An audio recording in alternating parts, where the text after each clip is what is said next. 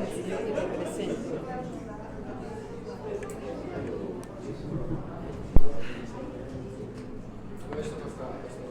¿No funciona?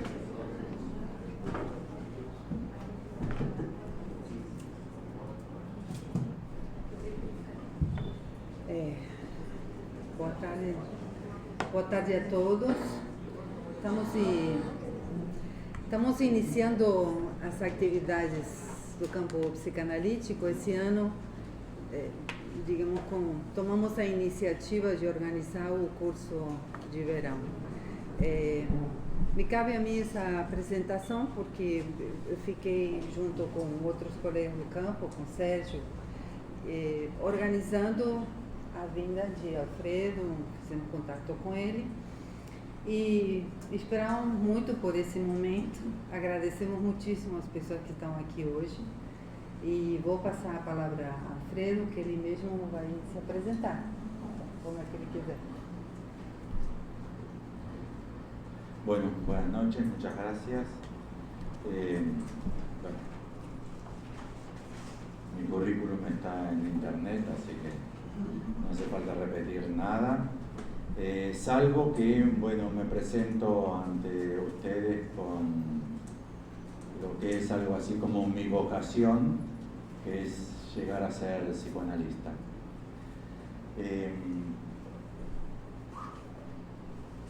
Voy a presentar todo el seminario de los 3 días en español.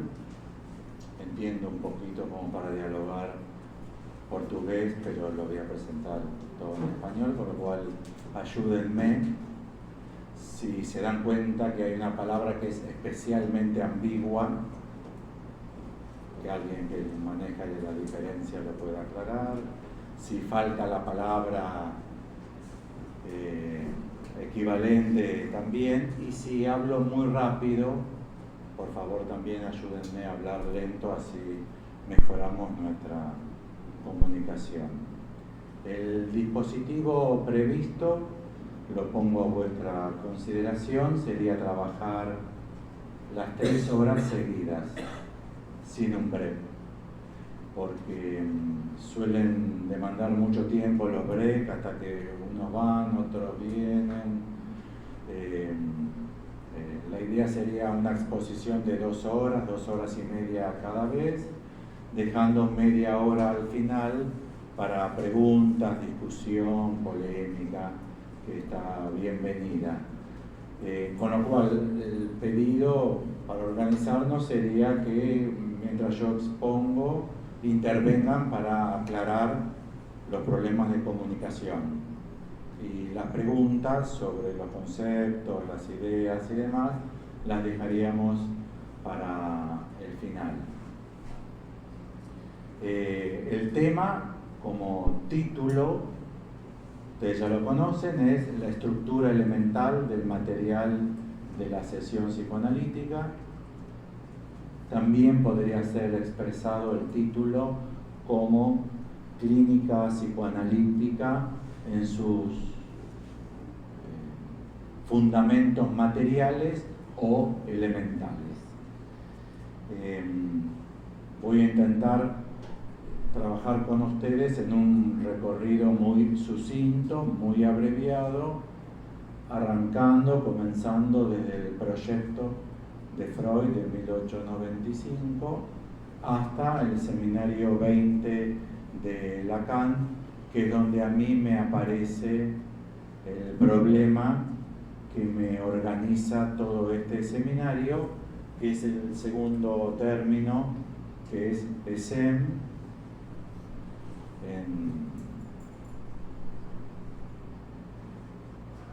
traducido al español es enjambre. Ustedes tienen una palabra próxima, el término lo conoce.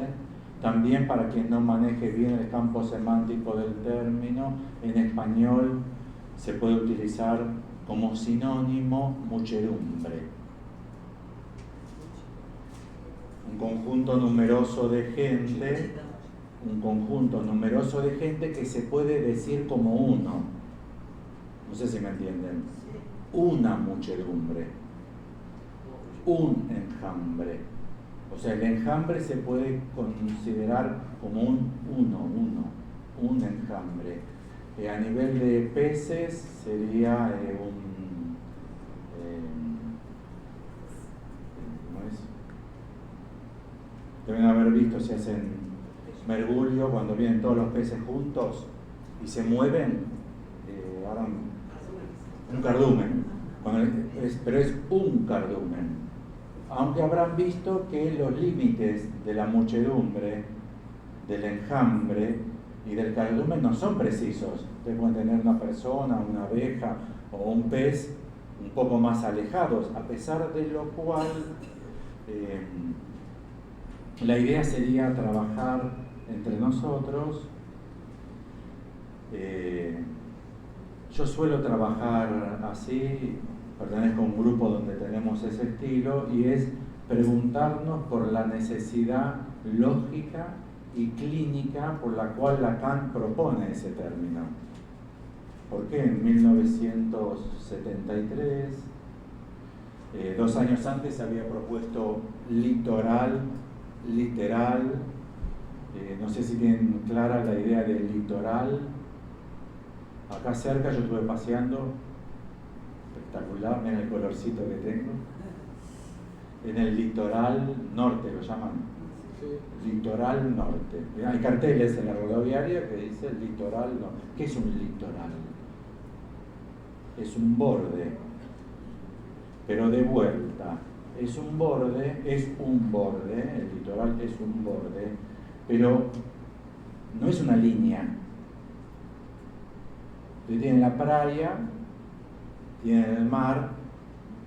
En el encuentro entre la playa y el mar se constituye el litoral, pero nunca saben cuando están pisando con los pies si están arriba del litoral. No sirve, no se puede utilizar ese término así. Si fuese una frontera con un país, sí podrían saber si ponen el pie. Por ejemplo, entre Corea del Norte y Corea del Sur, si ustedes ponen el pie, le pegan un tiro. Ahí es clarísimo, ustedes pueden poner el pie y dicen, ¿puse o no puse el pie del otro lado de la frontera? Tienen que esperar 3 o 4 segundos. Si les pegan un tiro, de Corea del Norte saben cómo están las cosas entre Corea del Norte y Corea del Sur, ¿no? Todos los días hay tiros. Ahí es clara la línea, incluso está marcada en blanco la línea fronteriza. Litoral es una frontera, pero que no es precisa como una frontera política entre 2 estados. La idea es trabajar porque Lacan requiere, luego de tanta vuelta, con el material, con lo que se llama material. Ustedes en una discusión clínica podrían llegar a preguntarse, hoy, ¿quién va a presentar el material? No sé si se utilizan así, material clínico. Bueno, lo que vamos a trabajar es un poco el recorrido en torno a cómo en psicoanálisis se trabaja el material, incluso, ya que tenemos 3 días intensos de trabajo, nos podríamos preguntar qué consideramos material. También, ¿cómo se establece lo que es un material? Por ejemplo, ustedes podrían llegar a discutir, solicité y me pasaron información de cómo discuten ustedes clínica, este es el programa de ustedes del año pasado, nos dos síntomas en la clínica, y ahí discuten material. Pero, por ejemplo, si hiciesen la discusión sobre una película, sobre un film, alguien podría decir, bueno, pero eso no es material psicoanalítico. O sobre Fausto. También se puede discutir sobre Schreber. ¿Las memorias de Schreber son estrictamente material psicoanalítico? Pero ¿y entonces cómo es el material? ¿Qué establece lo que es material psicoanalítico o no?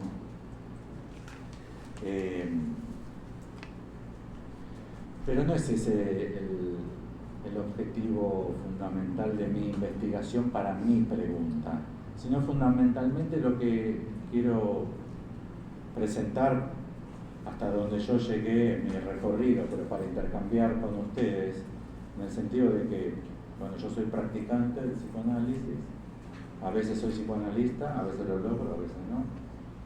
La mayor parte de las veces no se sabe, pero seguramente en el público hay muchos practicantes también. La idea sería, ¿cómo analizamos? Supongamos una situación ideal, donde hay un analizante y un analista. Supongamos que el analizante dice una cantidad de palabras o presenta su discurso, habla. ¿Cómo se interpreta eso? Pero yo me refiero a cómo se interpreta a por qué se interpreta así. Ustedes ya deben estar pensando que, bueno, muchos analistas se interpretarán distinto, pero a lo que me refiero es cómo podríamos avanzar nosotros para pensar cuál es y por qué una interpretación sería una interpretación psicoanalítica de ese material.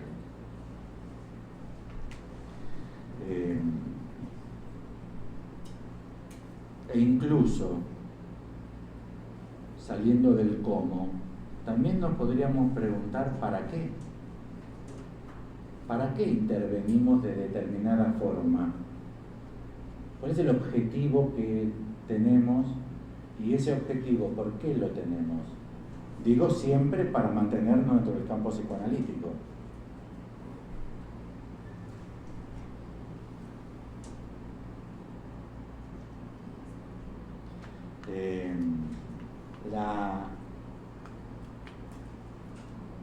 En el título de la convocatoria, la estructura elemental, los elementos, la idea con la que es una de muchas posibles, la idea sería investigar, tanto en la obra de Freud, de Melanie Klein, de Anna Freud, de Jacques Lacan, son los psicoanalistas que elegí, pero también quizá algo de lingüística y Fernand de Saussure, preguntarnos si la respuesta a esas preguntas puede estar en nuestra concepción de cuál es el elemento. ¿Cuáles son nuestros elementos? El material lo consideramos constituido por elementos. ¿Cómo concebimos esos elementos?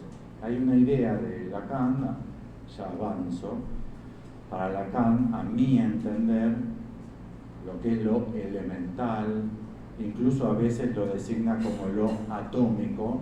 Ustedes saben que considerar el elemento como atómico implica, cuando uno no está trabajando en física atómica, atómico significa que no permite divisiones menores. A, prefijo privativo, tomos son cortes. Por eso una enciclopedia en tomos, no sé si en portugués me siguen, tomos. Los tomos son del griego corte. A, tomo es lo que no admite un corte. Incluso, y Lacan lo utiliza así, es el primer término que escribí en griego, en singular es stoikeio, y stoikeia es plural. Lacan lo utiliza en el seminario 14, en el seminario 20, en el seminario 22.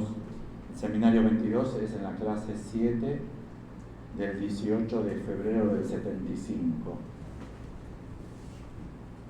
Hay varias ediciones distintas del seminario de Lacan.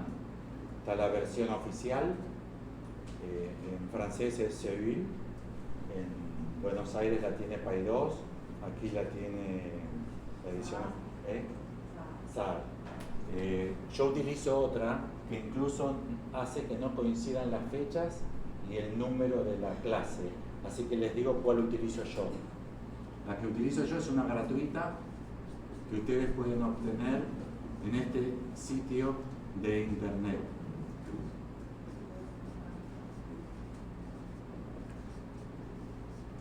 Sin www. Escriban directamente esto y le aparecen los 27 seminarios de Lacan para descargarlos gratis en vuestra computadora. Con un clic se bajan los 27 seminarios de Lacan en francés.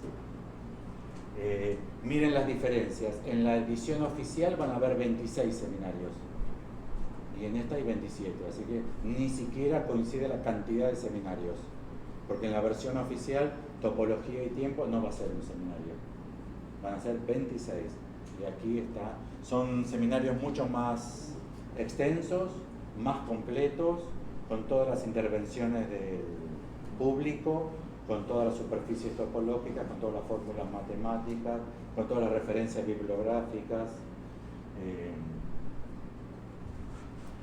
Y a lo que nos estamos refiriendo con elementos es, por ejemplo, lo que Freud toma de Demócrito como amor y discordia, lo que en los sistemas físicos filosóficos griegos son tierra, aire, fuego y agua. Si yo les pregunto a ustedes, en los sistemas filosóficos físicos de la Grecia antigua, aire, agua, tierra y fuego, ¿qué son? Son los elementos. Y ellos creen que con la combinación de esos elementos se crea toda la realidad. Freud toma de esos, hay muchos sistemas de la Grecia clásica, este es uno. Freud toma amor y odio, lo toma de Demócrito. Demócrito dice que todo el mundo está organizado por amor y odio. Amor y odio son stoikeion, elementos. Y Lacan dice, es notable, yo lo descubrí porque Lacan lo dice. Lacan dice, es interesante que ustedes sepan, esto está en la clase entonces, les decía, 22, en el seminario 22, clase 7, 18 de febrero del 75. De hecho, ustedes pueden bajarse ese seminario en PDF, se lo bajan en PDF, admite en Word y en PDF, se lo bajan en PDF, es un consejo. Si ustedes se lo bajan en PDF, podemos intercambiar páginas. Ustedes me pueden decir, en la página 83 podemos empezar un diálogo donde podemos ubicar con precisión los términos. Si ustedes se lo bajan en PDF, pueden en el buscador poner stoikeia o stoikeio y encontrar el párrafo que yo estoy utilizando. Ahí Lacan dice, es algo muy notable, que es que los elementos materiales, estamos hablando de con qué trabajamos los psicoanalistas y por qué, los elementos materiales con los que trabaja Aristóteles, Lacan dice, no es sorprendente que hayan sido tomados de una lingüística primitiva. Amor y odio, o aire, agua, tierra y fuego. Uno dice, ¿qué? ¿Cómo una lingüística primitiva? Bueno, afortunadamente yo tengo el diccionario Chantraine, diccionario, es un diccionario etimológico griego. Dictionnaire étymologique de la langue grecque. Y ahí está, stoikeia y stoikeion. Miren lo que dice, Lacan es un autor que a uno lo hace leer muchos diccionarios, pero uno aprende mucho con Lacan, se aprende mucho. Si uno lo toma en serio, a Lacan puede llegar a ser una persona culta. O sea, estar reunido con matemáticos y poder conversar, estar reunido con físicos y poder conversar, estar reunido con lingüistas y poder conversar, con antropólogos y poder conversar. Estoy vendiendo. Estoy haciendo de vendedor. En el diccionario dice stoikeion. Designa los elementos del alfabeto en tanto que se los aprende dispuestos en una línea según un orden inmutable. ¿Entendieron lo que es? A, B, C, D, E. Es notable. O sea que los elementos de la materia, con lo cual los físicos filósofos de la Grecia antigua y clásica, que son el origen de nuestra filosofía y que han tenido, incluso para Heidegger, han tenido toda nuestra reflexión filosófica, Lacan dice, no pierdan de vista que Lo que ellos designan por elementos son los elementos que designan a las letras tal como se las repite en orden, como se les enseña a los niños. A, alfa, beta, gamma, delta. Y después dice el diccionario, claro, este uso que toma elementos desde este origen es lo que se utilizó en física y en filosofía. Nosotros vamos a trabajar con esa idea. ¿Cuál es para nosotros el origen elemental de aquello que constituye nuestro material? Y lo vamos a discutir porque quizá nuestra forma de entender qué es material y nuestra forma de intervenir intentando ser analistas interpretando ese material quizás dependa de nuestra concepción de lo que es el elemento, y aunque no lleguemos a un acuerdo, porque no hace falta que nosotros, los que participamos de este seminario, tengamos un acuerdo, pero seguramente nos va a resultar muy útil echar una luz sobre eso. Bueno, hice como...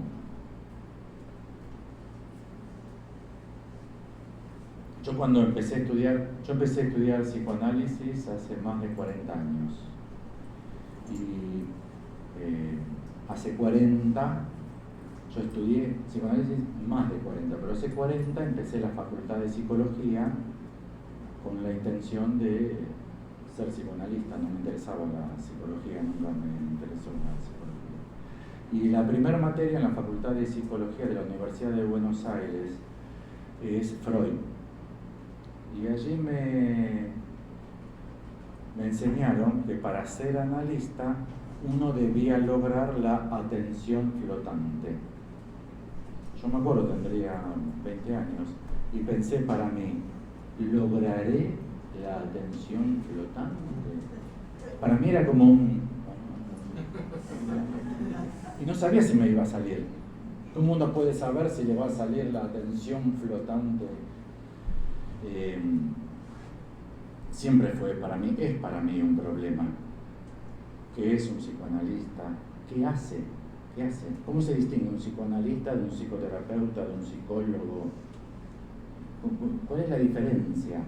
No me refiero a la diferencia tajante, cortante, en un caso referido a una intervención con un analizante. Digo teóricamente cómo podemos distinguirlo. Con lo cual hice algo así en todos estos años como una gran recopilación respecto a qué respuestas tienden a dar los psicoanalistas respecto a la pregunta de cómo intervienen. O sea, viene alguien que demanda un tratamiento, demanda ayuda, demanda un psicoanálisis, alguien. Viene alguien, nos llama por teléfono, nos manda un mail, se comunica, lo recibimos. Supongamos que habla, si no habla es mucho más difícil, pero supongamos que esa persona habla. La primera entrevista, supongamos que habla. Nosotros le decimos, o que lo trae aquí, o que le sucede, algo, le decimos algo. Y esa persona habla. 10 minutos, 20 minutos. Tenemos eso. Habló 10, 20 minutos. ¿Sobre qué intervenimos de eso? ¿Se entiende la pregunta? ¿Qué de eso va a ser aquello sobre lo cual vamos a dirigirnos? Si fuésemos bomberos, ¿se entiende bomberos? Si fuésemos bomberos, ¿a dónde iríamos? Nos llaman los bomberos, nos llaman a los bomberos. Vamos los bomberos a una casa, ¿a dónde nos dirigimos? Donde hay humo, ¿no? Es una guía. Pero de esos 20 minutos que habló la persona, 30 minutos,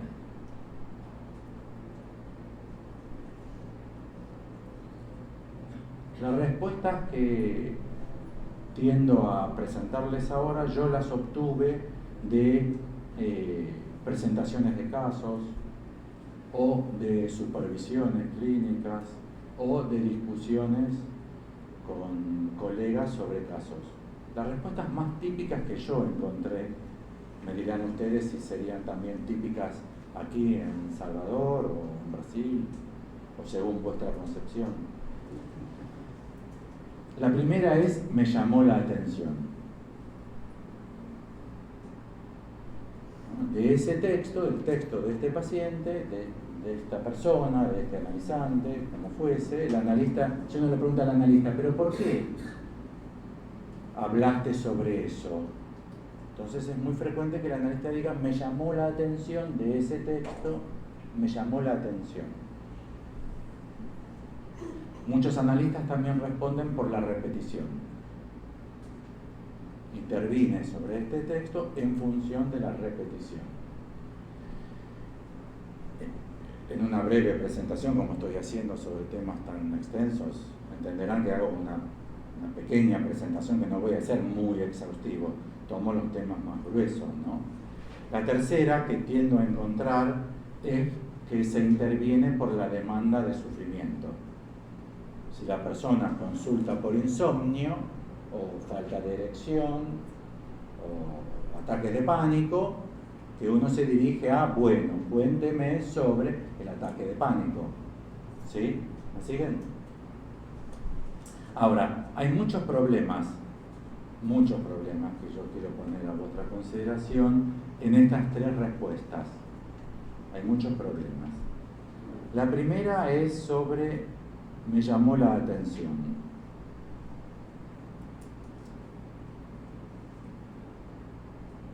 Primero, la dificultad que me presenta, que me plantea y me llamó la atención, es que indica un registro personal del analista. El analista interviene como persona en el me llamó la atención. Por ejemplo, un caso de supervisión de no hace mucho tiempo, donde la analista que quería conversar de un caso conmigo me dice, me llamó mucho la atención que esta joven mujer no haya comenzado su vida sexual hasta los 25 años. Era una persona muy conocida mía y yo con un poco de humor e ironía le digo, ¿por qué? ¿Vos empezaste antes? Habría que empezar antes, ¿entienden? Es muy...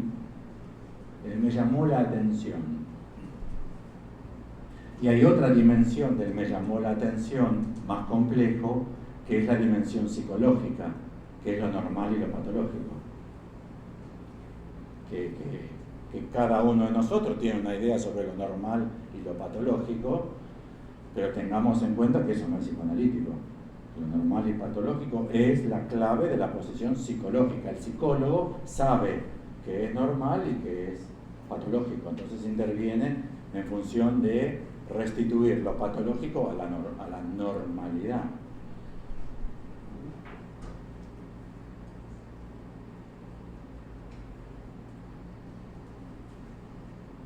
Otras anécdotas.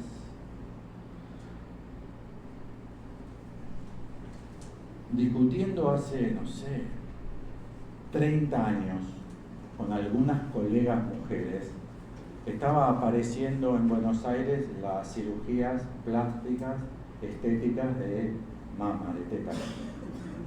Hace 30 años aparecieron las operaciones de tetas. Y me acuerdo que estas colegas mayores de edad que yo un poco, trabajábamos juntos en la universidad, me decían que para ellas operarse el cuerpo e introducirse 2 bolsas de plástico adentro era psicótico, porque era operar sobre lo real del cuerpo con una prótesis, mientras que para ellas no les resultaba psicótico el transvestismo, ¿se entiende? Hombre vestido de mujer, porque era operar sobre lo imaginario. ¿Sí? ¿Sí? Hoy estas amigas mías están todas operadas. Están todas con tetas. Era una moda que apareció, ¿entienden? Una diferencia cultural, porque hubo un desarrollo tecnológico, que es el advenimiento de prótesis de mamas, que son muy fáciles de colocar. Yo no vendo, pero no traen problema. Que es lo mismo que suele pasar con muchos psicoanalistas en la actualidad, con muchos psicoanalistas en la actualidad que atienden niños, sobre su preocupación por los videojuegos, el uso del celular. El otro día discutía con una psicoanalista de niños que me decía que para ella era, no sé cómo me decía exactamente, pero como preocupante para la salud del niño, estar todo el tiempo así con un videojuego, porque no había contacto con otros niños, no había contacto de mirada con otros niños, no se jugaba. Pero ¿no es acaso un cambio de dispositivo, pero que no es tan distinto de un libro?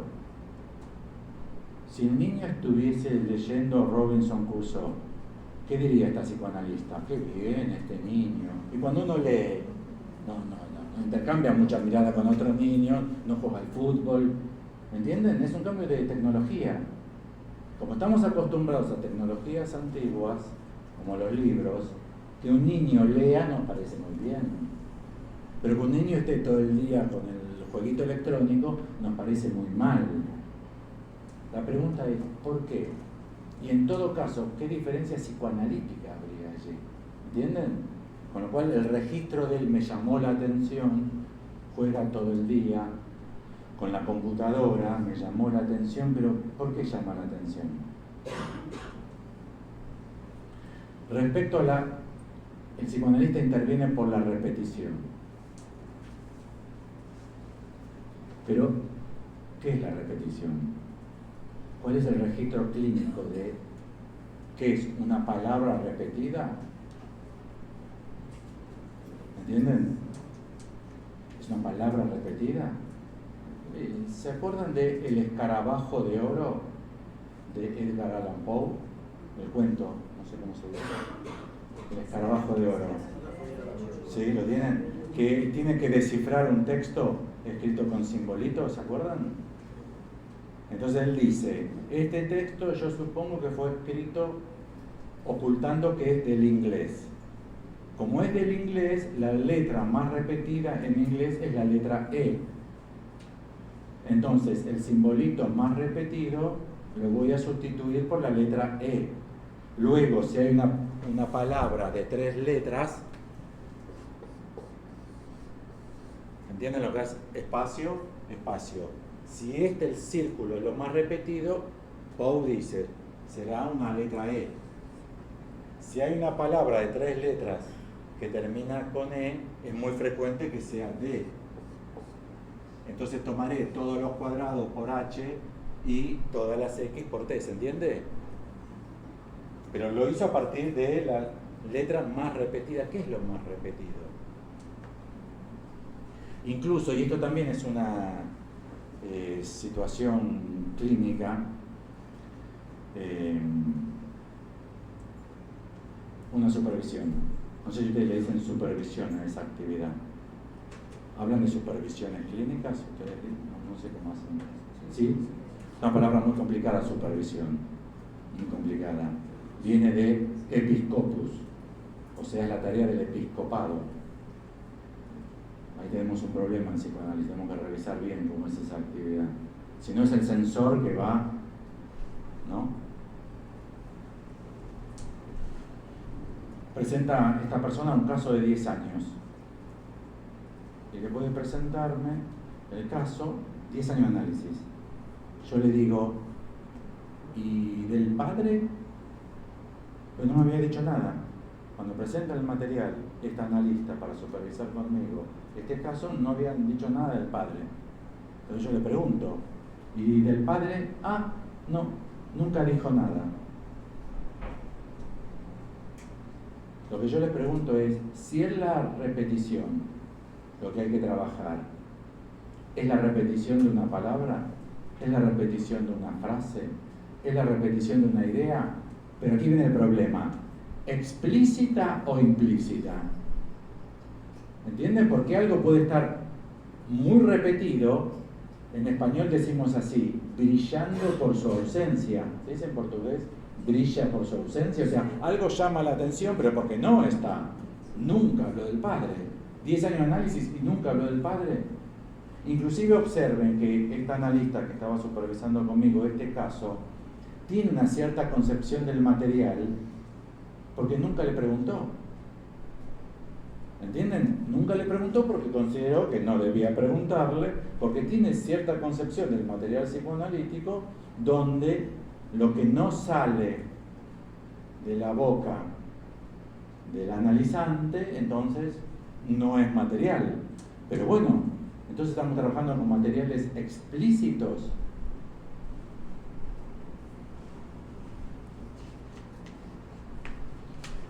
Y la tercera, si intervenimos en función de una lectura que hacemos del material por sufrimiento, por una demanda de sufrimiento,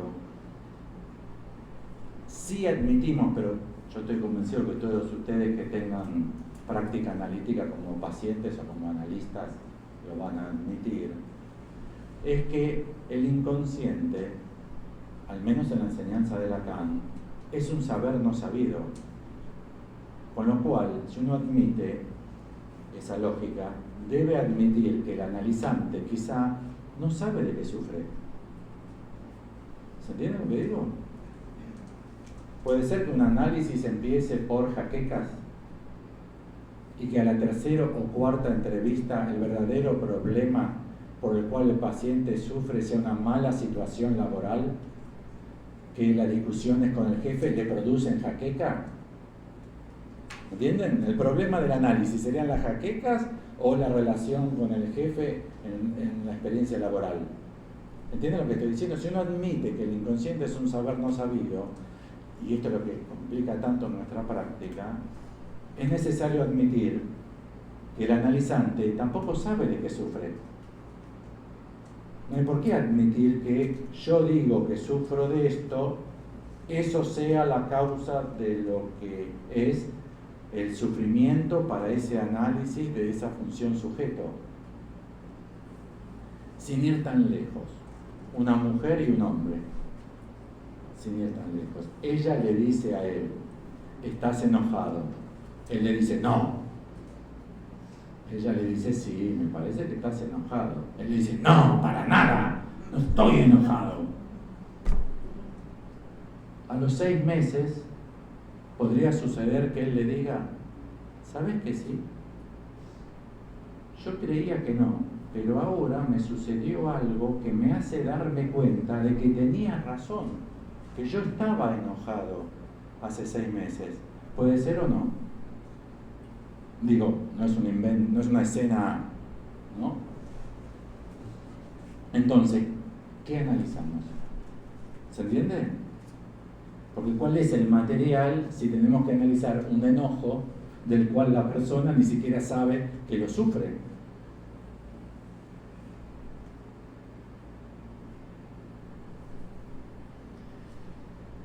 La idea que orienta las 3 presentaciones es ese término,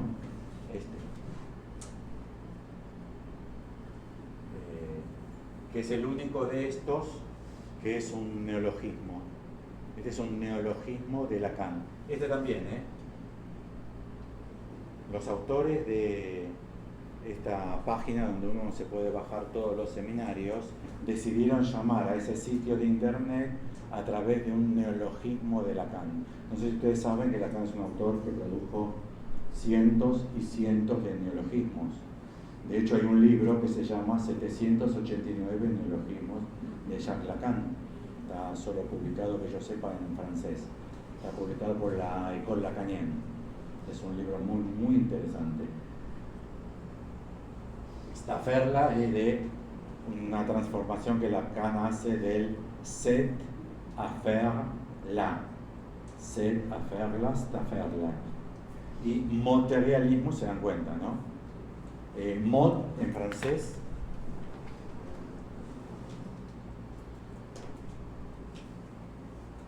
francés es término del lenguaje. En francés tienen parole y mod.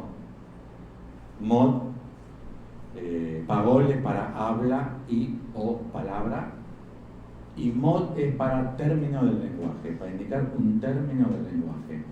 Y Lacan entonces transforma materialismo en motorrealismo. Lo que vamos a seguir trabajando es que nuestro material es un material, vamos a decirlo un poco inespecíficamente, lingüístico, pero que quizás si lo estudiamos con precisión a ese material podamos deducir qué consideramos material, qué forma le brindamos para que opere como tal y por qué y cómo intervenimos con la interpretación.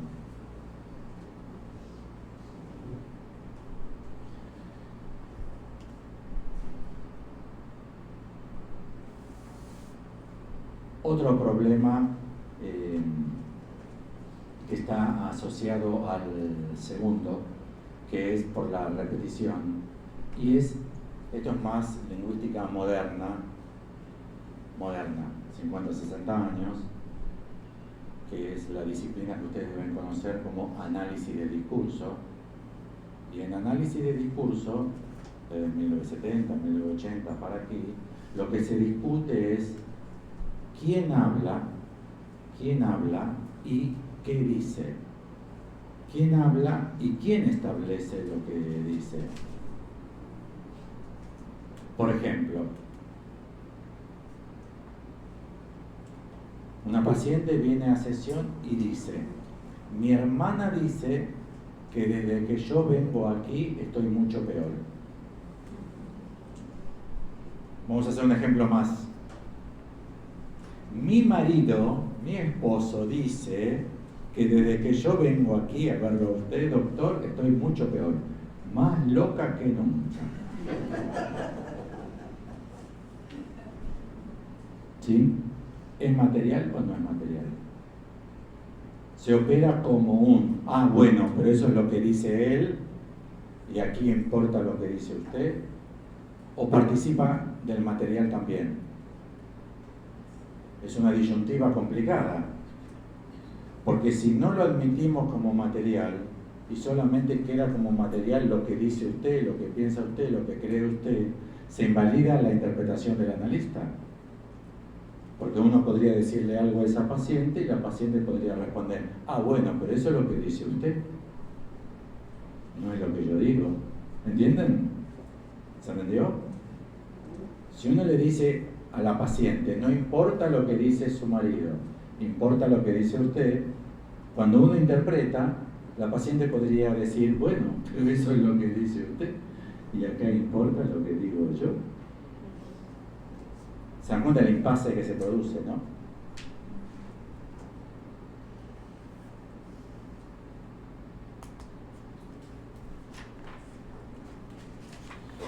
Bueno.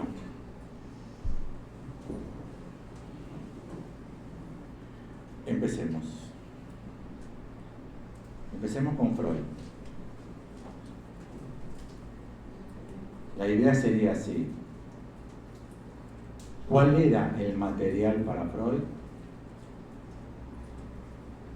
¿Y cuál era la brújula de Freud para operar con ese material? En mi lectura, y me parece que hay...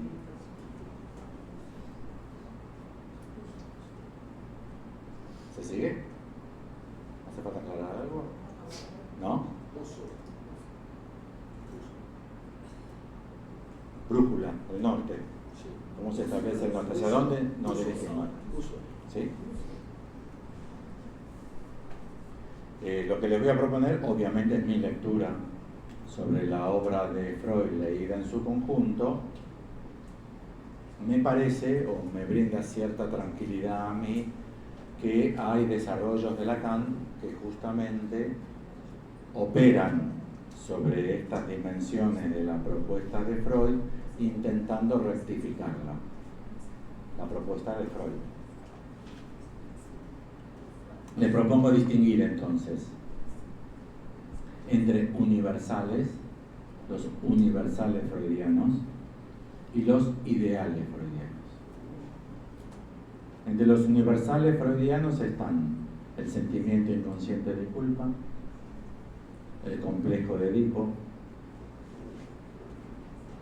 el complejo de castración y la pulsión de muerte. Y entre los ideales freudianos, lo que sería la brújula de la dirección de la cura. ¿Hacia dónde vamos en la dirección de la cura? ¿Qué se busca? ¿Qué se intenta? ¿Qué se opera para conseguir qué?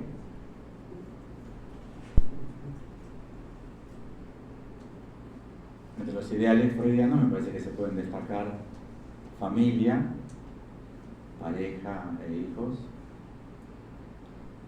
Por otro lado, amor, sexo y también trabajo y progreso.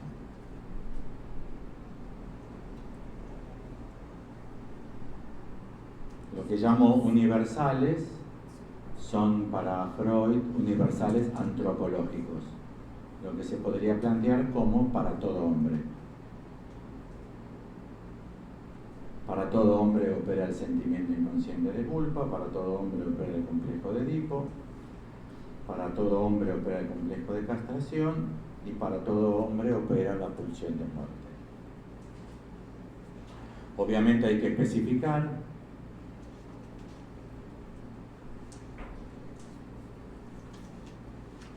para el sentimiento inconsciente de culpa, o sea, aquello que se origina en esa entidad creada por Freud, que es el super-yo. Hay como dos corrientes, la de operar evitando la culpa, que es la corriente de Melanie Klein, o la vertiente de reforzar el yo, que es la vertiente de Anna Freud. O sea, las dos grandes escuelas posteriores a Freud lo que intentaron resolver es, sobre los planteos de Freud, cómo operar sobre esos planteos en la dirección de la cura. Para Melanie Klein, operar sobre la culpa, y para Anna Freud, reforzar el yo, lo que en la teoría de Anna Freud es engrosar, engordar, ampliar la esfera libre de conflictos del yo. El complejo de Edipo para Freud es amor y deseo por la madre, rivalidad con el padre y rivalidad con los hermanos. ¿Entienden? Porque esto funciona como brújula. Porque si alguien habla de que se peleó con el hermano, si en un texto aparece que se peleó con el hermano o que se peleó con el padre, les cuento una anécdota. Yo presenté una tesis de doctorado en la Universidad de Buenos Aires, en la Facultad de Psicología, sobre el escrito de Lacan, la carta robada, y no se diferenciaba allí a Freud y a Lacan en cuanto justamente a lo que desarrolla Lacan como la formalización de la carta robada, lo que está en la obertura de los escritos, esas 5 páginas de simbolitos. La tesis de doctorado mía es sobre esas 5 páginas. Y no conocía ningún doctor, entonces alguien me contactó con un psicoanalista que era doctor. Entonces le llevé mi tesis para hacer la prueba de cómo era la defensa de la tesis frente a alguien que ya había... Pues yo en la Facultad de Psicología debo ser el primer psicoanalista que tiene un doctorado en la Facultad de Psicología de la Universidad de Buenos Aires. No tenía con quién hablar. De hecho no conseguía fácil un director. Entonces voy a hablar con este psicoanalista que tenía un doctorado, pero no en la UBA. Acá en Brasil lo tenía. Entonces le doy mi texto y cuando me dice, bueno, lo leí, si querés lo podemos discutir, me citan en el consultorio. Él se sienta en el sillón de analista y me hace sentar en el diván. Ya venía. Y me dice, bueno, me parece que hay un poco de pelea con Freud. ¿Entienden? Yo discutía con Freud fuertemente algunos argumentos, pero él tenía una brújula. Y es que siempre que se discute con una autoridad mayor de edad, una autoridad reconocida, a Freud se lo conoce como el padre del psicoanálisis, él entendió lo que estaba pasando porque él operaba con el complejo de Edipo. Y todo joven que discute un argumento con una autoridad de mayor edad, de una generación o más allá, finalmente es rivalidad con el padre. Se orientó, tenía como un detector Geiger.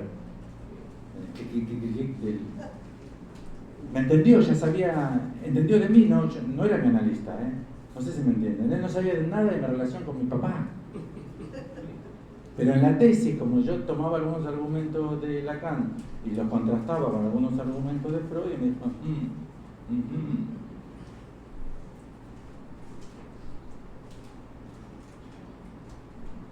Bueno, el complejo de castración para Freud significa fundamentalmente también una brújula de todo aquello que uno evita, posterga, no realiza, no lo hace porque lo angustia. 4 veces preparé el examen de fisiología y nunca me presenté. En el sistema freudiano ya se entendió. ¿Qué se entendió? Que ese examen angustia, porque uno evita lo que lo angustia. ¿Entienden la idea? Es un orientador. Contar con universales antropológicos, indudablemente, incluso el del complejo de Edipo, articulado al complejo de castración, para Freud daba orientación respecto del hombre y respecto de la mujer. Una mujer fundamentalmente sufre de envidia al pene y un hombre sufre fundamentalmente de angustia de castración. Quiere decir que si no le pide aumento al jefe es porque se angustia. Es angustia de castración. Y si ella quiere un coche, un carro, un automóvil como el del marido y el marido le dice que no tiene tanta plata, Freud le diría, bueno, me parece que hay un poco de envidia en el pene. Usted quiere el mismo carro que él. ¿Se entiende? ¿Entienden que son modos de pensar que nos brindan cierta intelección? Porque es muy difícil si no. ¿Cómo nos orientamos?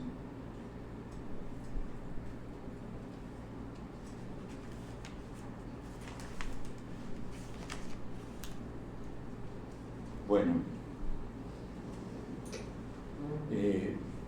creo que Lacan hizo un trabajo muy extenso respecto a los universales freudianos para cuestionarlos en su fundamento. Respecto al complejo de Edipo, para Lacan, en lugar del deseo sexual del niño por la madre, lo que opera es el deseo de la madre.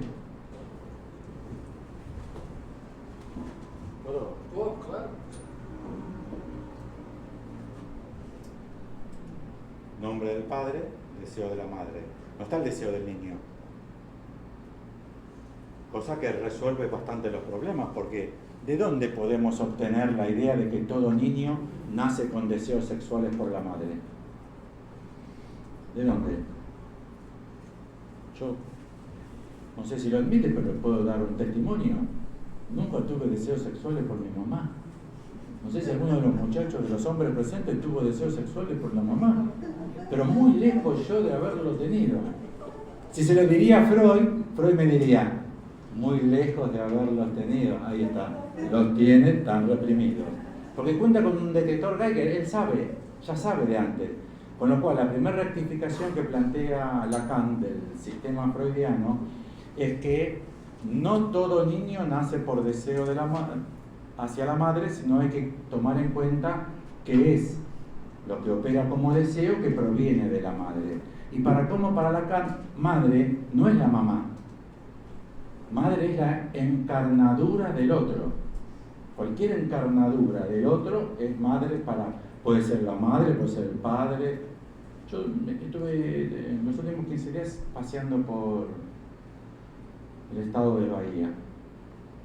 Y me llamó mucho la atención que ver entre ustedes muchos más niños, muchos más bebés, abrazados del papá que de la mamá.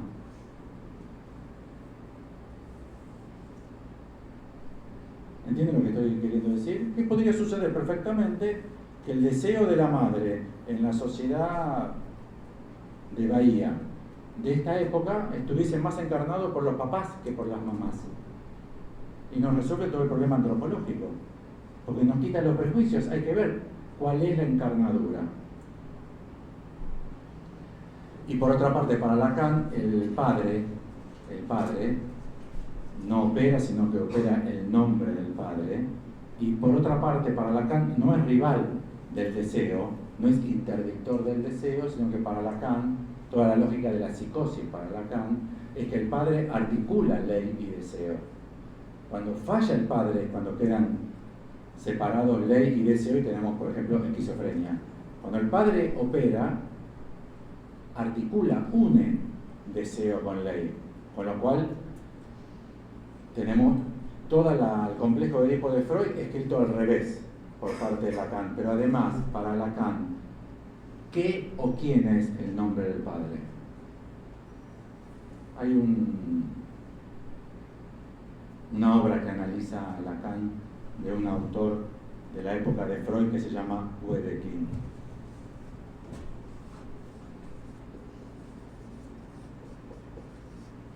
Creo que se escribe así.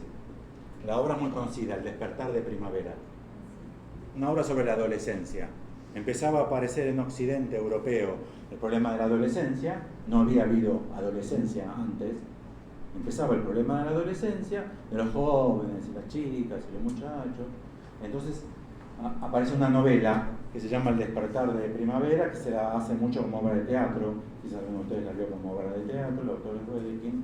Y hay un personaje muy misterioso que opera resolviendo una situación crítica, que es el enmascarado. Y Lacan dice, en el análisis sobre el despertar de primavera, Lacan dice, en el enmascarado, que es una intervención muy puntual en una escena, pasa así, nada más, en el enmascarado localizo yo al nombre del padre, dice. Y es muy, él mismo agrega, y es muy interesante que agregue, que coloque la función del nombre del padre en el enmascarado. Dice Lacan, es muy interesante que yo haga eso, porque en el enmascarado no podemos saber si es un hombre o una mujer. Con lo cual queda disuelto todos los prejuicios. Perfectamente el nombre del padre puede estar encarnado por la mamá, por la abuela, por la tía, por una institución. Entiende que Lacan ha logrado disolver los prejuicios con los que Freud provenía desde su época, ofertados al psicoanálisis, pero redobla el problema, porque con cada una de estas críticas nos quedamos con una brújula menos. Bueno, respecto al complejo de castración, la maniobra de inversión de Lacan es notable, porque para Lacan no se trata de la angustia propia, sino de la castración de la angustia del otro. ¿Se entiende, no? Con lo cual, si alguien dice estoy angustiado, para Lacan no está resuelta la cuestión de qué se trata, porque la angustia del sujeto remite a la angustia del otro. ¿Y cuál es la angustia del otro? ¿De qué otro? Porque, ¿se entiende, no? Que disuelve los prejuicios freudianos, pero cada vez nos quedamos con menos elementos orientadores en la clínica. Bueno, de la pulsión de muerte, aquí hay que hacer una aclaración. Esta va a ser seguramente una de las instancias más polémicas de nuestro trabajo. La pulsión de muerte de Freud, hoy día en el lacanismo, en general, en todas las escuelas que yo conozco, en general en todas las instituciones que yo conozco, suele ser pensado mucho a través de goce mortífero. Pulsión de muerte, goce mortífero. Hay un conjunto de problemas enormes en torno a la pulsión de muerte en Lacan. Primero, porque goce mortífero es una expresión inexistente en Lacan. Nunca la dijo. Nunca la dijo.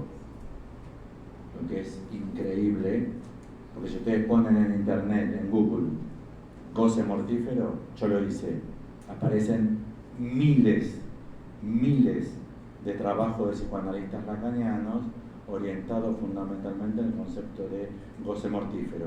En Lacan no está. La expresión goce mortífero, goce de muerte, no está, no existe. No es ese el único problema, porque podría no estar dicho y el concepto estar implicado igual en la enseñanza. No hace falta que sea de vuelta, no hace falta que sea explícito, podría estar implícito. El otro problema serio que hay con pulsión de muerte en la diferencia Freud-Lacan es que en Lacan no opera la compulsión. sino lo que opera para Lacan es el automatismo. El automatismo no es ninguna pulsión empujando para nada. De hecho es ¿se acuerdan?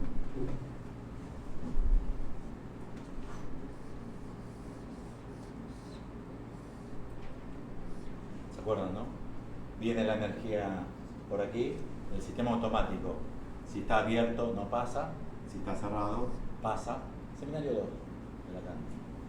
Donde Lacan sustituye la compulsión a la repetición que proviene de la sustancia viva por el funcionamiento del significante. Es automatismo de repetición. Quizás esto nos permita pensar cómo el significante puede funcionar como un litoral. Pero se darán cuenta entonces que lo que se trata para Lacan es que en la clínica hay muchas cosas que se repiten, pero quizás se repiten por la estructura del material como materialismo y no por una pulsión que proviene del cuerpo. Lo vamos a discutir. Seguro que lo vamos a discutir. Una cita de Lacan para tranquilizarme. Es del seminario 23, el Santón, que o vienen de trabajarlo o están trabajándolo, ¿no? El año pasado, el Santón. Bueno, perfecto. De la clase del seminario del 18 de noviembre del 75. La recordarán, es donde habla de los psicoanalistas y lo llama a los psicoanalistas los filósofos ingleses. No sé si ubican ese párrafo. Dice así Lacan: los psicoanalistas, a los que llama filósofos ingleses, no sé si ustedes saben la diferencia entre la filosofía de la isla versus la filosofía continental, los racionalistas y los materialistas. Los psicoanalistas, filósofos ingleses, dice Lacan, no creen que la palabra tenga efecto. Ellos imaginan que hay pulsiones. Las pulsiones son el eco en el cuerpo del hecho de que hay un decir. ¿Lo vuelvo a leer? Es sorprendente esta cita en Lacan. Es del último Lacan, seminario 23. Lo vuelvo a leer. ¿Se entendió? ¿En cita? Lacan dice que los psicoanalistas son como filósofos ingleses. No creen que la palabra tenga efecto.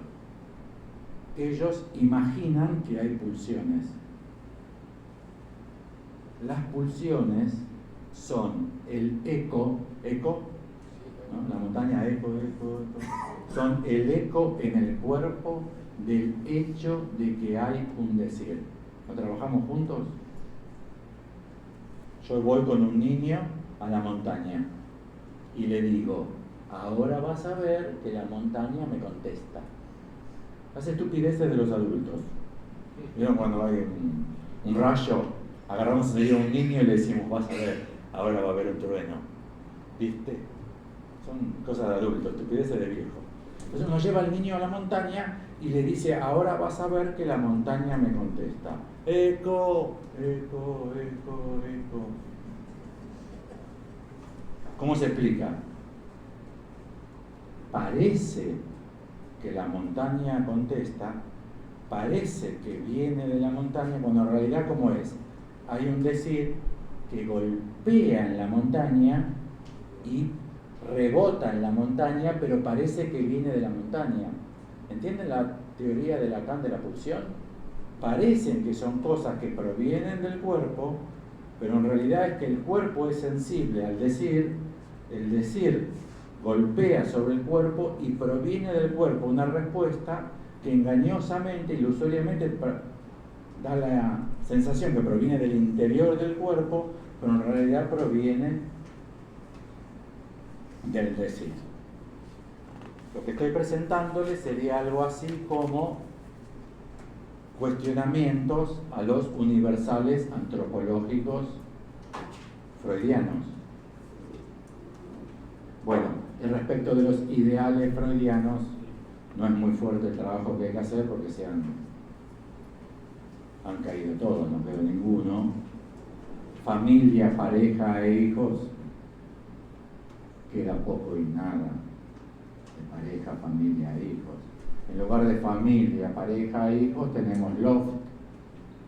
¿Saben lo que es un loft, no? Departamento de un ambiente que el baño, ¿cómo es el baño de un loft? Habrán visto películas en New York, París. ¿Cómo es el baño de un loft? No tiene puerta, no tiene techo, porque propio olor de uno no molesta tanto en el loft. Y en lugar de los hijos, ¿ya notaron lo que hay en Occidente en lugar de los hijos? Pets, mascotas. Está todo el mundo con su perrito. Respeto por todo lo que tenga perrito, ¿no? No es mejor un hijo, pero es muy evidente que esos ideales ya no... ¿Entienden lo que estoy diciendo? Que no se puede orientar un análisis diciéndole a esa mujer, pero no va a tener un hijo. Si no tiene un hijo, usted tiene algún conflicto psicológico. Es un ideal que pasó de época. ¿Entienden la idea? No se puede sostener sobre eso ninguna intervención, porque hemos perdido la seguridad del valor, ya no son ideales. En Nueva York, París, Londres, todas las ciudades modernas del capitalismo occidental, hay más gente que vive sola que gente que vive acompañada. Si hay 5 millones de habitantes, 3 millones viven solos y 2 millones viven acompañados. ¿Es una enfermedad de esos 3 millones? ¿Es un síntoma? ¿O es una costumbre de época que varió? ¿Entienden lo que digo? Bueno, amor, sexo, incluso heterosexualidad.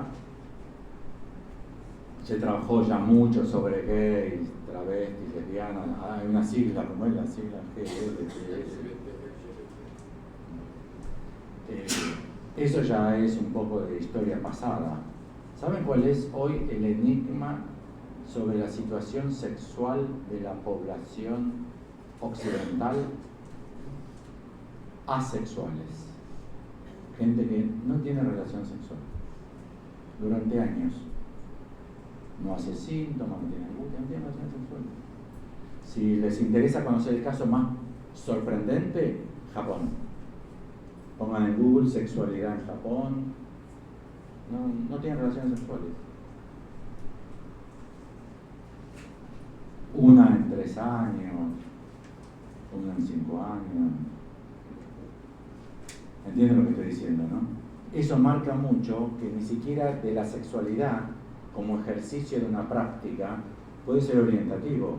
No se le puede decir a alguien, solo una vez por mes, solo una vez por bimestre. Se le puede decir a la esposa de uno, eso sí. Cosas de uno se le puede decir. Tan poco, tanto, mucho. Ella puede decir, ¿otra vez? ¿Qué te pasa? Pero si acabamos de ver, ¿otra vez? ¿Qué tenés en la cabeza, viejo verde? Eso sí, pero digo, para el analista, tener o no tener relaciones sexuales, si nos llama la atención, me llamó la atención que no tenga relaciones sexuales, está muy bien. Pero uno tiene que estar advertido que quizás le llamó la atención por lógica del material, pero que quizás también llamó la atención por prejuicios personales, porque uno está acostumbrado a pensar X cantidad de veces. Y de hecho no sé cómo trabajarán ustedes la homosexualidad. Si viene un paciente homosexual a vuestra consulta, ustedes sobre eso intervienen, no intervienen, operan, no operan. Lacan fue famoso entre los psicoanalistas de París por ser el primer psicoanalista de París que admitía en análisis homosexuales y no les proponía rectificar la posición sexual. Para Freud es una falla del complejo de Edipo. Para Freud es una falla del complejo de Edipo. Falló el complejo de Edipo. Si les interesan estos temas, hay estudios Foucaultianos de origen en Foucault que son sumamente recomendables, que yo quiero recomendar para vuestra lectura. Muchos los deben conocer. El primero es de Edith Badinter.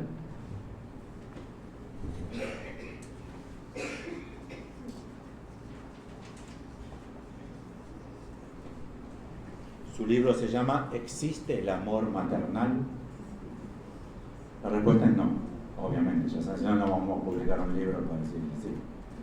No existe en el amor materno. No hay nada que sea instintivo de una mujer que tiene un hijo, por lo cual el vínculo al hijo instintivamente sea amarlo. Es un fenómeno de la cultura. Se ama a los hijos por fenómeno de la cultura. Cambiadas las condiciones culturales, puede ser que no aparezca más amor, que aparezcan otros sentimientos, etcétera, etcétera. Este está muy bien documentado estadísticamente. Davidson, como David, Davidson, Arnold Davidson, la aparición de la sexualidad.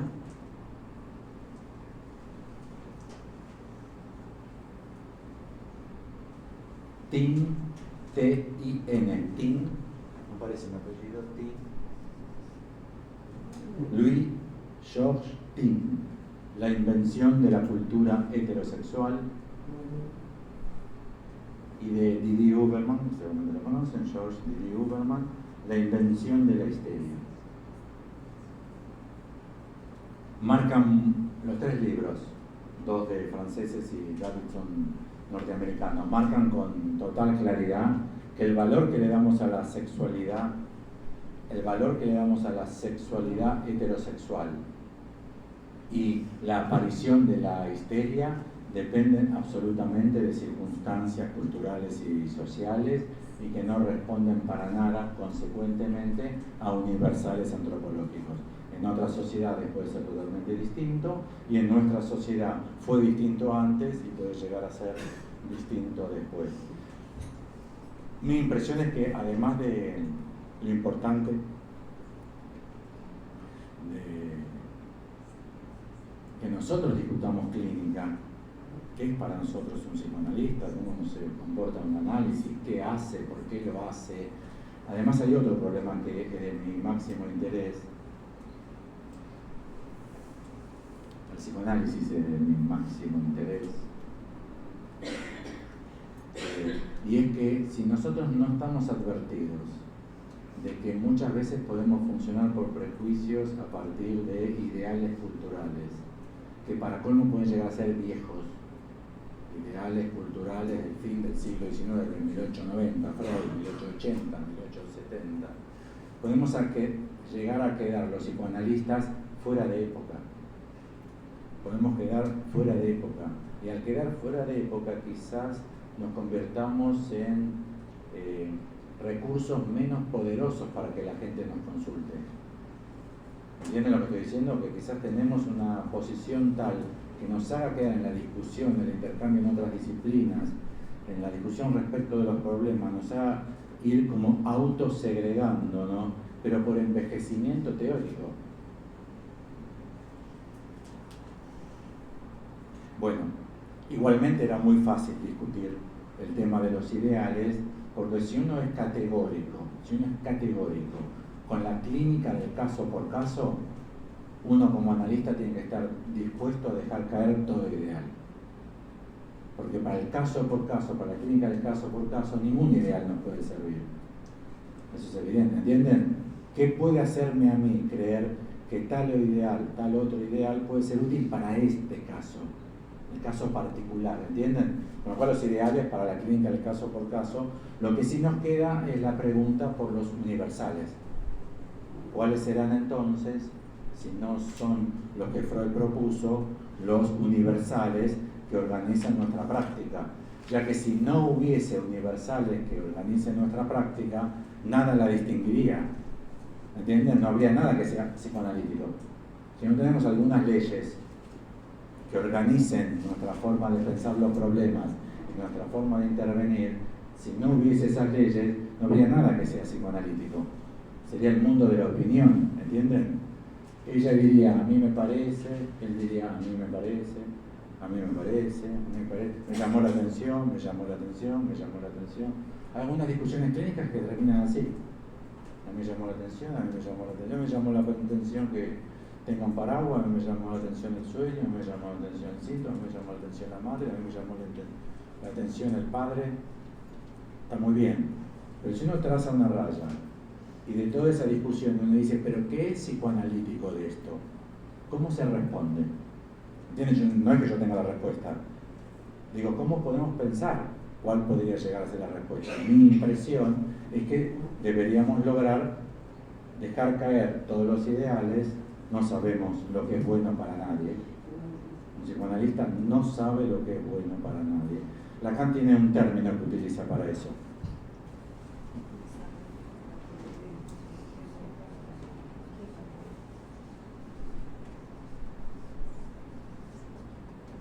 Nesciencia, y muchas veces lo articula a la docta ignorancia.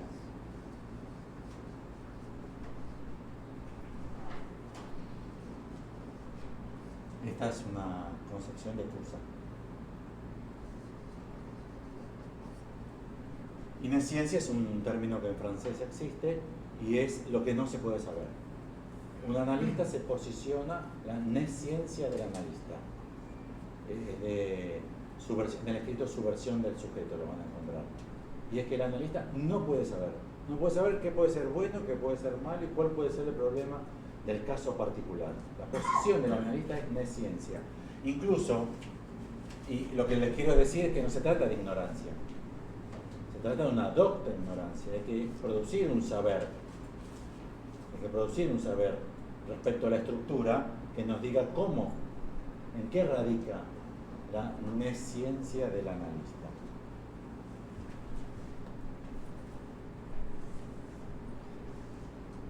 Bueno,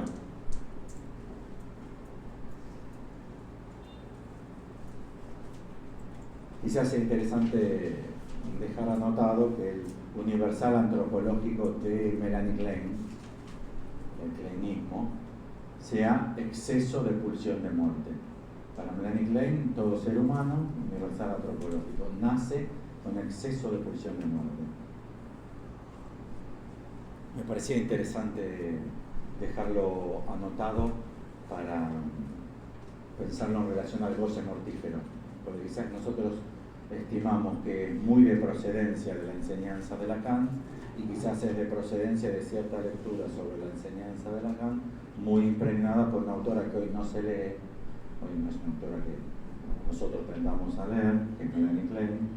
En su momento fue la orientación más generalmente aplicada por los psicoanalistas de la década del 60, de la década del 70. Es interesante porque para ella se nace con exceso de pulsión de muerte. Para Freud había un equilibrio de pulsión de vida y pulsión de muerte. La sustancia viva tanto tiende hacia la vida y de reproducirse como tiende a retroceder al estado prevital. Para Melanie Klein hay exceso de pulsión de muerte, entonces eso es vivido como ataque en el interior. Para ella entonces eso produce la expulsión de esa pulsión de muerte sobre el ambiente, lo que genera la posición esquizoparanoide. Paranoide porque esa pulsión de muerte proyectada sobre los otros, luego el niño la vive retaliativamente, la ley del talión, ojo por ojo, diente por diente. Si tú atacas, serás atacado.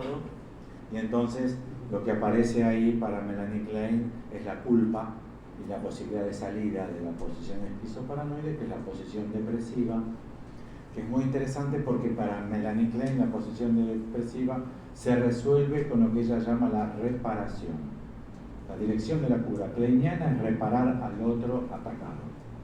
Y a mí me parece que hay muchos psicoanálisis en este momento que también operan así. Reparar el vínculo, amigarse, como si la dirección de la cura fuese, bueno, está bien, es el padre que te tocó, fue la madre que te tocó, es eso, basta de quejarse, hay que amigarse con eso, que es la realidad que tenemos.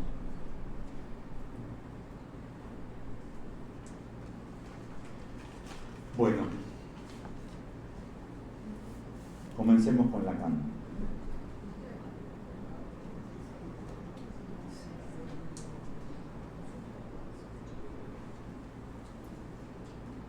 ¿No? ¿Hasta acá vamos? ¿Seguimos más o menos juntos? ¿Sí? ¿Se entiende lo que estoy proponiendo? No digo que estén de acuerdo, no me interesa que estén de acuerdo, no.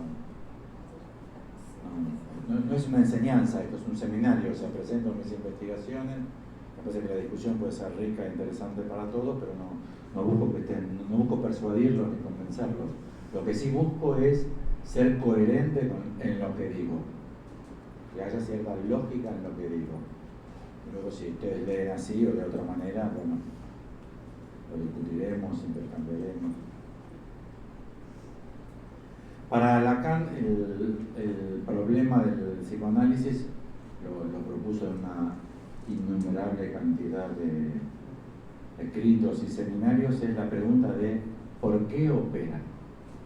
¿Cómo es que cura? ¿Por qué tiene potencia de curar? Ese es el problema para Lacan. ¿Por qué sirve? ¿Por qué el psicoanálisis sirve? Uno podría decir, bueno, pero en muchos casos no sirve. Bueno, no importa. Fracasos hay en todas las prácticas. Todo lo que sea una práctica, inexorablemente va a tener fracasos. Es la matemática lo que no fracasa. La matemática no fracasa. Lo único que no fracasa es la matemática. Pero no hay práctica, no hay incidencia directa, es letras. Y la respuesta que propone Lacan al psicoanálisis, que a mí me da la impresión que es desde 1950 hasta el momento del fallecimiento, es: se puede explicar cómo opera el psicoanalista y por qué el psicoanálisis cura cuando cura, a través de la incorporación al psicoanálisis del concepto de significante y del concepto de estructura. O sea, ¿cuál es el elemento? El elemento es el significante. ¿Y cuál es el sistema de relaciones entre los elementos, que es la estructura?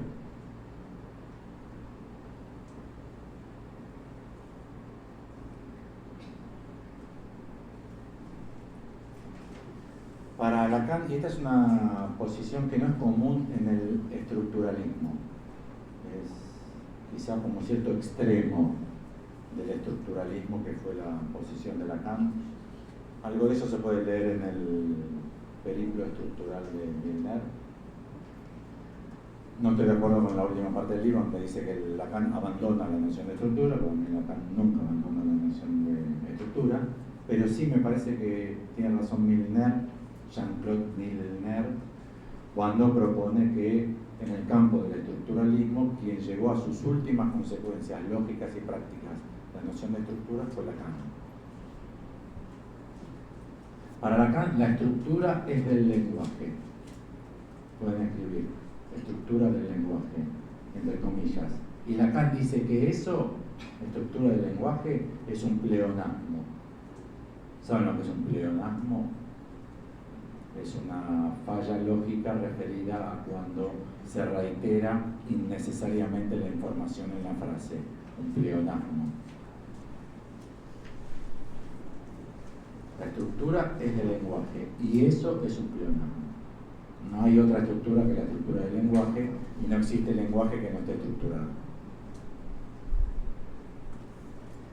Para nosotros es muy importante porque es de ahí de donde Lacan obtiene el inconsciente estructurado como lenguaje. Porque el inconsciente estructurado como lenguaje, en la lógica de Lacan, significa el inconsciente estructurado, ya que no hay otra estructura que la estructura del lenguaje. Inclusive para las estructuras que se utilizan en matemática y en física teórica, la antropología estructural de Claude Lévi-Strauss, para Lacan todas esas son estructuras derivadas del lenguaje.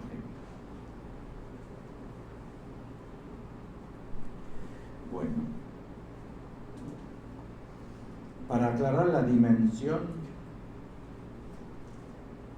que para mí tiene el stoikeion del significante en psicoanálisis para Lacan, no tienen que perder de vista que para Lacan el significante connota, caracteriza con sus propiedades para arriba y para abajo, tanto al fonema como al discurso completo. ¿Entienden la idea? Las leyes del significante operan tanto en la reducción del significante en su elemento atómico, que es el fonema, lo vamos a trabajar, como para un discurso completo. ¿Entienden lo que estoy diciendo? Que si ustedes tienen una ley del significante, esa ley del significante la aplican para el significante, para una frase y para un discurso completo. Eso Lacan lo llama englobamientos crecientes e imbricaciones recíprocas.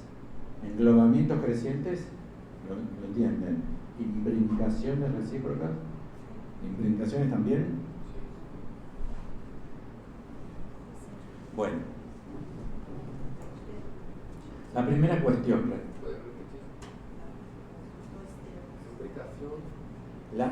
Para Lacan las propiedades del significante connotan para arriba y para abajo. Es decir, ustedes pueden escribir significante y para un lado fonema y para otra parte discurso. Y pueden trazar una llave debajo de los tres términos y pueden poner imbricaciones recíprocas y englobamientos crecientes.